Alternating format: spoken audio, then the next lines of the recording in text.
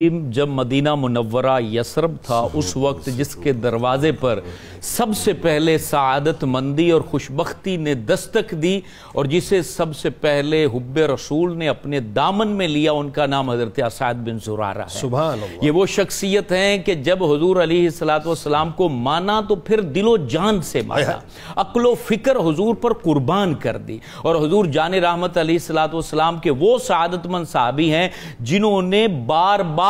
ید اللہ والے ہاتھوں کو اپنے ہاتھوں میں اللہ، اور یہ وہ صحابی ہیں جن کو سب سے پہلے رسول ہاشمی صلی اللہ علیہ وآلہ وسلم کے چہرہ اطہر کے قریب جا کے گفتگو کرنے کا موقع نصیب اللہ ہوا۔ اکبر۔ اور یہ بات یاد رکھیں کہ سردار بنتے نہیں بلکہ ان کو اللہ تعالیٰ پیدائش میں ہی بنا دیتا ہے۔ سبحان اللہ۔ پنجابی کی ایک مثال ہے، سر بڑے سرداراں دے، تو سردار جو ہے نا وہ ووٹوں سے نہیں بنتے، رب تبارک و تعالیٰ ان کو ایسا ویژن دیتا ہے، ان کے سینے کو ایسی کشادگی دیتا ہے اور حکمت کے ایسے چشمے ان کے سینے میں جاری کرتا ہے کہ ان کے اقوال، ان کے افعال، ان کا کردار بتا رہا ہوتا ہے کہ یہ واقعی سردار بننے کے لائق ہیں۔ یعنی 70 سے زیادہ افراد، جن میں 11 افراد جو ہیں وہ صرف بنو نجار کے تھے بیت عقبہ کبریٰ کے اندر، اور اس کے اندر جو ہے نا ایک خاتون تھی جن کا نام حضرت ام عمارہ ہے، جو خود بھی مجاہدہ تھی اور کئی جہاد کے اندر انہوں نے شرکت کی ہے۔ اور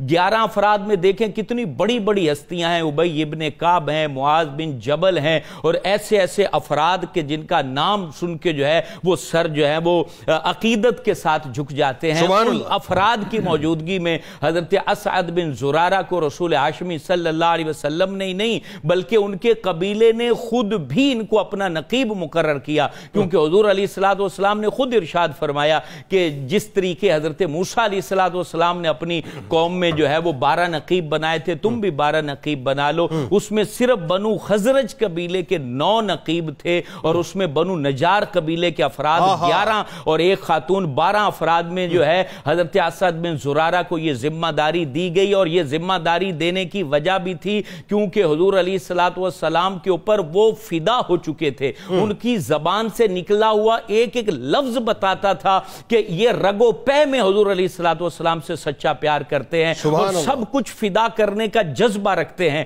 اور واقعی سرداری اور نقیب اسی کو بنایا جائے کہ جس کے اندر فدا کاری کا جذبہ ہو، قربانی کا جذبہ ہو، سب کچھ جو ہے وہ اپنے محبوب پر فدا کرنے کا جذبہ ہو، پھر ہی وہ آگے موٹیویٹ کر سکتا ہے، افراد کو تیار کر سکتا ہے۔ اور پھر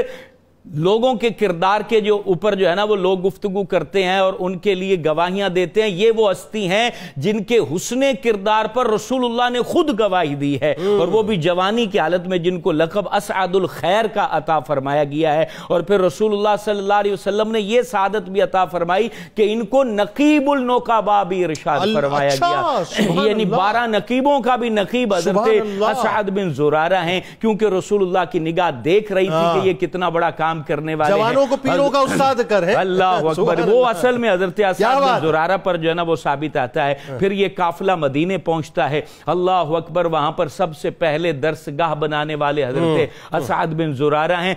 دیکھیں مدینہ طیبہ میں کتنی بڑی ذمہ داری انہوں نے نبھائی، ایسے ان کو نقیب النقباء نہیں کہا گیا۔ 3 بڑی درسگاہیں قائم کی گئیں حضور علیہ السلام کی بارگاہ میں جانے سے پہلے۔ پہلی درسگاہ قباء شریف کے قریب حضرت ابو خیثمہ سعد بن خیثمہ کے مکان پر قائم کی گئی۔ دوسری جو ہے نا وہ مدینہ طیبہ کے قریب، یعنی جہاں پر مسجد غمامہ ہے، مسجد غمامہ کے جنوب میں حضرت رافع بن مالک کا علاقہ تھا، وہاں پر ان کے لیے درسگاہ قائم کی گئی۔ اور ان کو لیڈ کرنے والی جو درسگاہ تھی وہ مدینہ سے شمال کی جانب 1 میل دور فاصلے پر حضرت اسعد بن زرارہ کا مکان تھا، جہاں پر وہ بیٹھا کرتے تھے اور لوگوں کو قرآن بھی پڑھایا جاتا تھا اور تبلیغ بھی کی جاتی تھی۔ اور پھر یہ دیکھیں یہاں سے ان دونوں یعنی تینوں درسگاہوں کو لیڈ بھی فرمایا کرتے تھے۔ صرف نماز کے مسائل نہیں بتائے جاتے تھے بلکہ وہاں اخلاقیات بتائی جاتی تھی، کردار کا حسن بتایا جاتا تھا، حضور علیہ السلام کی محبت کی باتیں کی جاتی تھی۔ اور پھر تبلیغ میں وہ کردار ادا کیا حضرت اسعد بن زرارہ نے